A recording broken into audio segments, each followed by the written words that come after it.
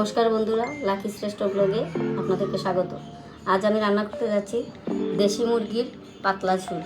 যা যা উপকরণ লাগছে তা আমি আপনাদেরকে এখন দেখিয়ে দিচ্ছি।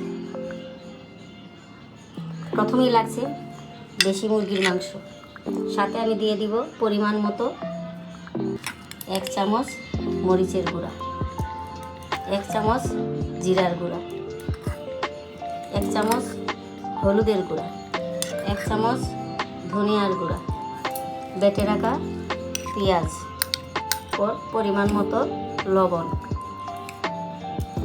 দিয়ে দিব কাঁচামরিচ বাটা 1 চামচ, দিয়ে দিব রসুন বাটা, দিয়ে দিব আদা বাটা, তেজপাতা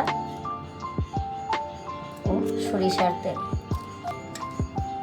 কুটা কয়েকটা রসুন। এবার মাংসটা আমি ভালোভাবে মেখে নিব।